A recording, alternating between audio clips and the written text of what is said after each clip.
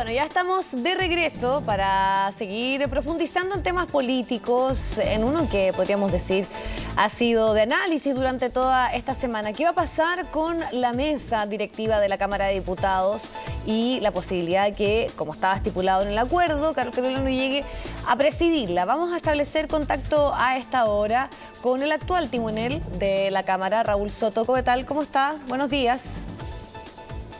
Hola Diana, muy buenos días, ¿cómo estás? Bien, diputado, bueno, usted ya fue bien claro, lo ha dicho en varias entrevistas, ya está totalmente, podríamos decir, garantizado, o usted ha tomado ya la definición, la decisión de que va a terminar el periodo dentro de lo que estaba estipulado en los plazos, ¿no? Sí, efectivamente, mi periodo termina el día 7 de noviembre, fecha en la cual debiese la Cámara elegir en el Pleno una nueva mesa directiva y por tanto yo he presentado ya formalmente mi renuncia y lo hago, como señalé ayer, por dos razones. Primero, porque soy una persona de palabra y segundo, porque en momentos de tantas complejidades y tantos problemas que existen en el país me parecería mezquino entrar en una pugna de poder político. Yo creo que más bien hay que garantizar la gobernabilidad de la Cámara de Diputados para enfocarnos en los problemas que viven los ciudadanos de nuestro país. Y desde esa perspectiva yo lo que espero es que este acuerdo efectivamente se cumpla. Por nuestra parte así va a ser. Ahora si por razones que tienen otros actores llega a romperse el acuerdo, habrá que ver la manera a través de la cual se le podrá seguir dando gobernabilidad a la Cámara de Diputadas y Diputados. Lo que no puede ocurrir es que por la incapacidad de ponerse de acuerdo, por pugnas de poder o por condiciones de entendimiento insalvables, ¿verdad?, la Cámara se quede sin gobernabilidad. Hoy día estamos en una situación compleja desde esa perspectiva, donde parece ser que está en entredicho aquello, y yo llamaría, por tanto, a ser responsables y a cuidar, por cierto, esta importante institución del Estado en el momento que estamos viviendo en Chile. Diputado, ¿y qué le parecen las razones precisamente que se están dando de distintos sectores políticos para no cumplir el acuerdo? ¿Le parecen reales? ¿Le parecen que hay un punto ahí político o usted cree que hay acá otro tema de fondo? No lo sé, yo no voy a entrar a calificar razones ni intenciones, yo solamente estoy evaluando los hechos. Insisto, yo espero que el acuerdo se cumpla por parte de todos los actores que lo suscribieron. Nuestro compromiso para cumplirlo está y se va a mantener. Si el acuerdo se llega a romper por parte del incumplimiento de otros actores políticos, bueno, habrá que rehacer el acuerdo de alguna u otra manera para garantizar la estabilidad y la gobernabilidad administrativa y política de un poder del Estado tan importante como es la Cámara de Diputados, sobre todo cuando se viene una agenda tremendamente intensa en materia de ley de presupuesto, que es la ley más importante en nuestro país, en materia de agenda de seguridad económica, que son las principales urgencias de los ciudadanos, y también donde se están llevando adelante acuerdos tan importantes como el acuerdo constitucional, y cuando estamos además haciendo un llamado a un acuerdo de seguridad pública, un pacto social económico para avanzar en estabilidad económica en nuestro país. Es decir, yo diría que es necesario dar certidumbre en este momento y parece que el río está bien revuelto. Ya, usted dice que es necesario hacer certidumbre y sobre todo porque están teniendo un rol usted junto al presidente del Senado que tiene que ver con la coordinación de toda esta discusión en torno al proceso constitucional. ¿En qué momento se está precisamente de ese debate? ¿Cómo lo podría definir?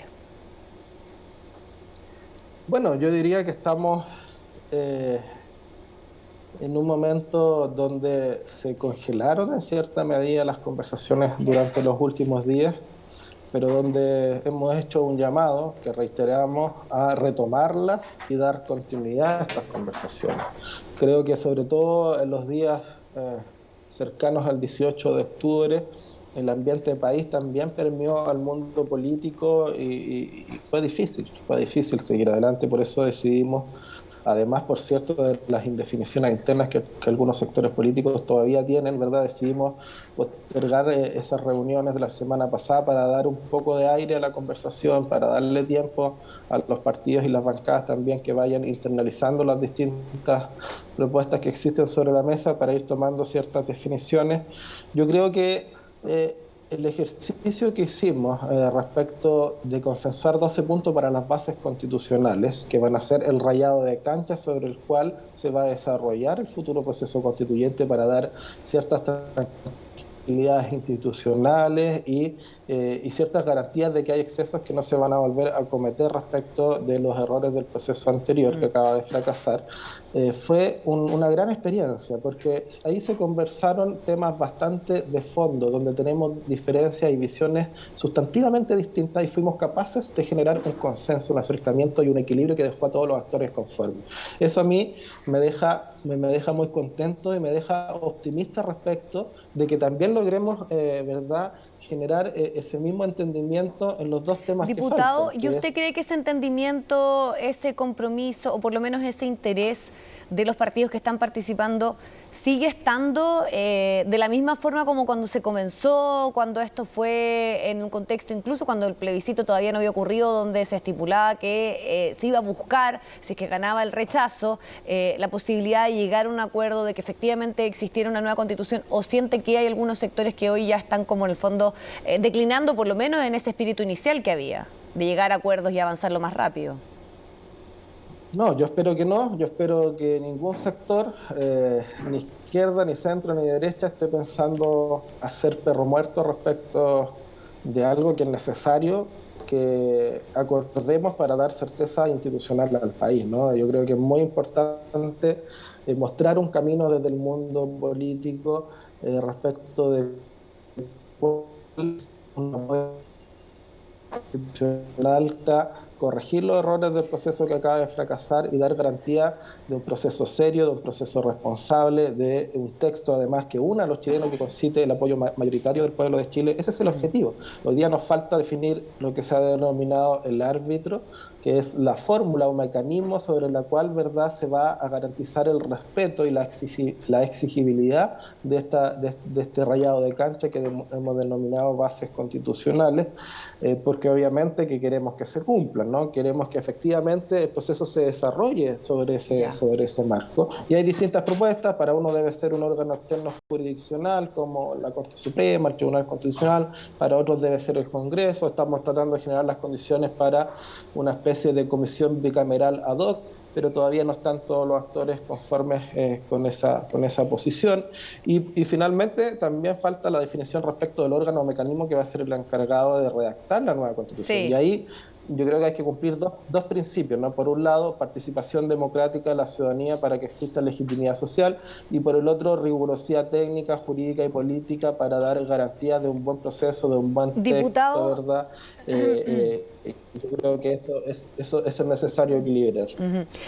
Bueno, se ha entendido que la mayor dificultad está en el mecanismo. Usted también decía en este organismo que algunos plantean que debiese ser la Cámara o el rol del Parlamento, otros no, más bien incluso otro tipo de instancias, más bien de corte jurídico. Pero también está la discusión si esto debe plebiscitarse nuevamente, ya sea el mecanismo como incluso también el plebiscito de entrada, que es una condición que se han puesto algunos sectores políticos. Entonces puede que para que esto avance se tenga que volver, que en el fondo sería bien parecido un poco a lo que fue el plebiscito de entrada, ¿no? Preguntar si se quiere un nuevo proceso y además también qué tipo de personas van a ser parte del mecanismo finalmente, quiénes lo van a componer.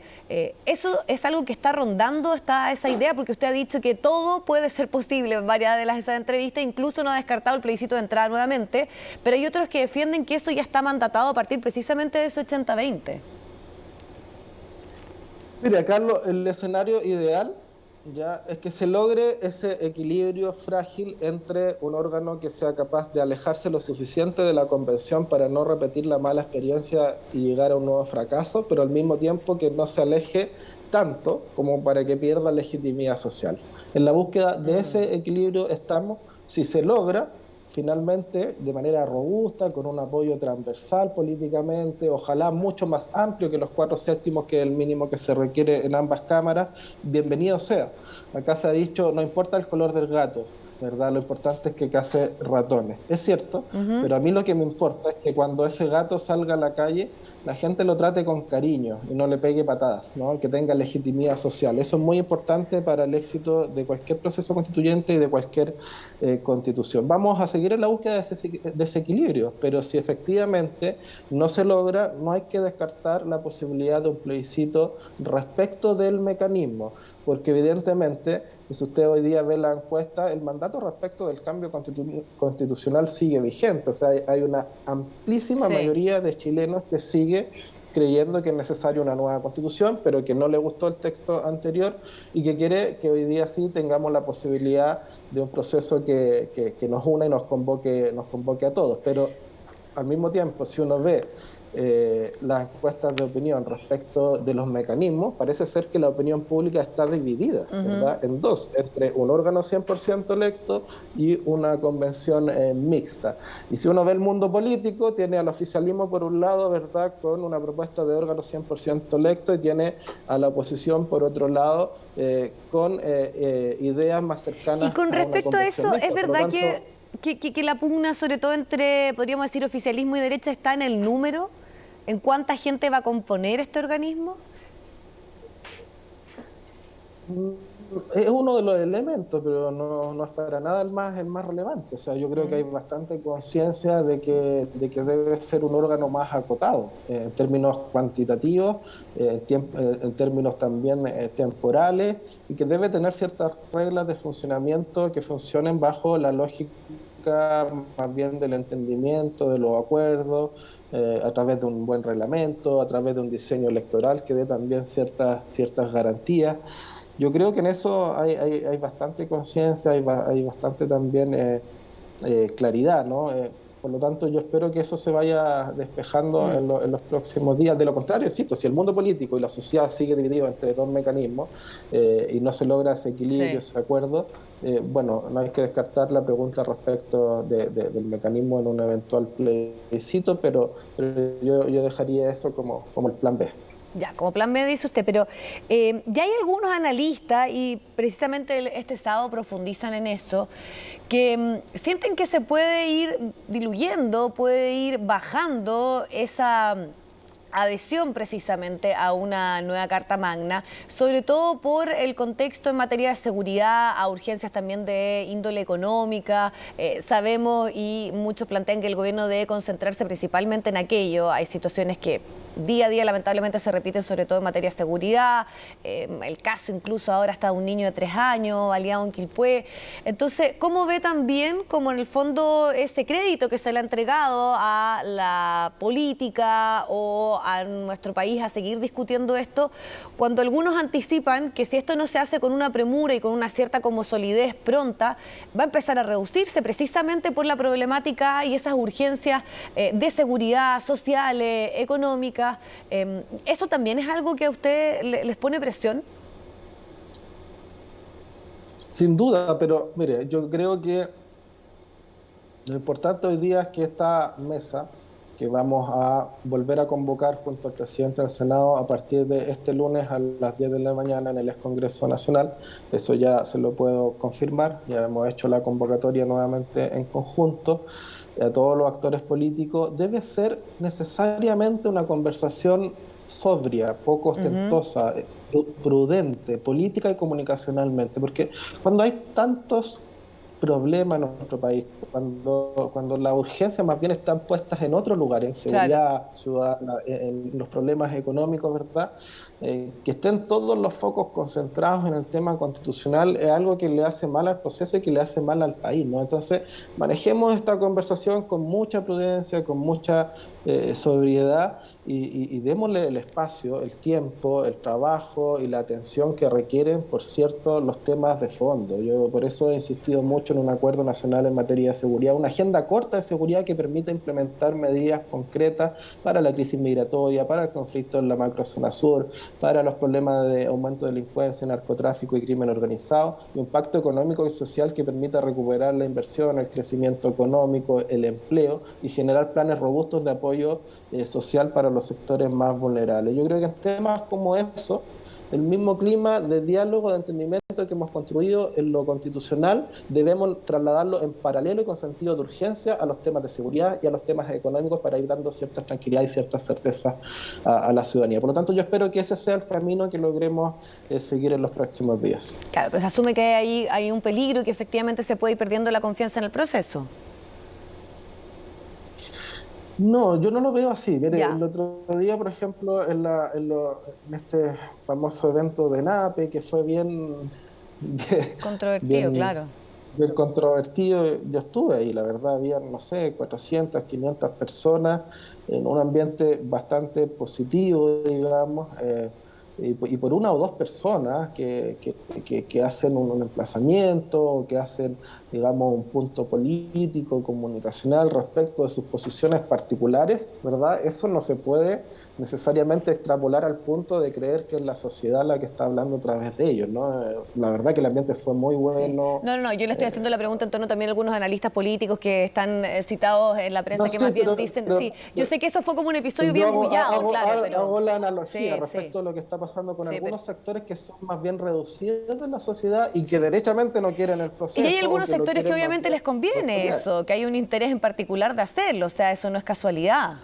Así es. ¿Por Sí, qué? Porque hay sectores que no quieren que nada cambie. claro. Y yo creo que eso sería una irresponsabilidad. Mire, es tan irresponsable querer refundar Chile al 100%, como Mm. algunos pretendieron, como querer dejar todo igual, porque ambas opciones nos llevan al estancamiento de Chile, y el estancamiento nos va a llevar nuevamente a una espiral de crisis que no es buena para nadie. Entonces el mundo político tiene la necesidad de ser responsable, de mostrar el camino y de dar certeza.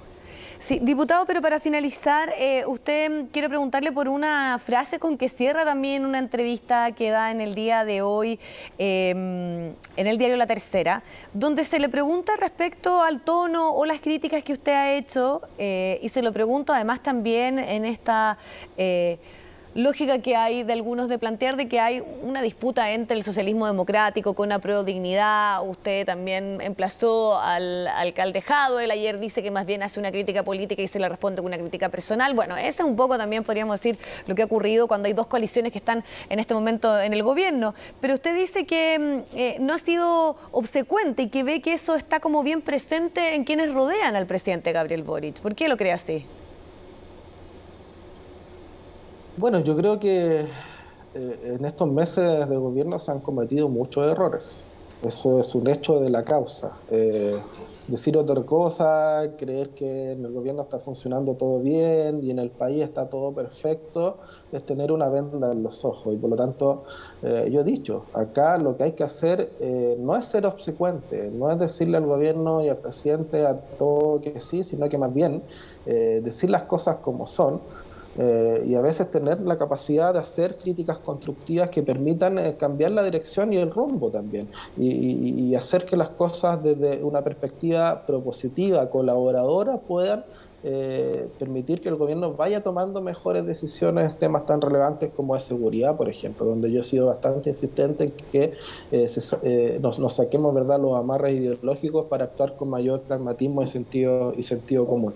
Y yo siento que este barco del gobierno, que en algún momento, ¿verdad?, estuvo en medio de una tormenta, en un mar bien convulsionado, el presidente está tomando el timón y quiere de a poquito ir cambiando el rumbo. Todavía no es suficiente para generar las condiciones que Chile requiere de estabilidad y de gobernabilidad, pero no me cabe ninguna duda que así va a ser.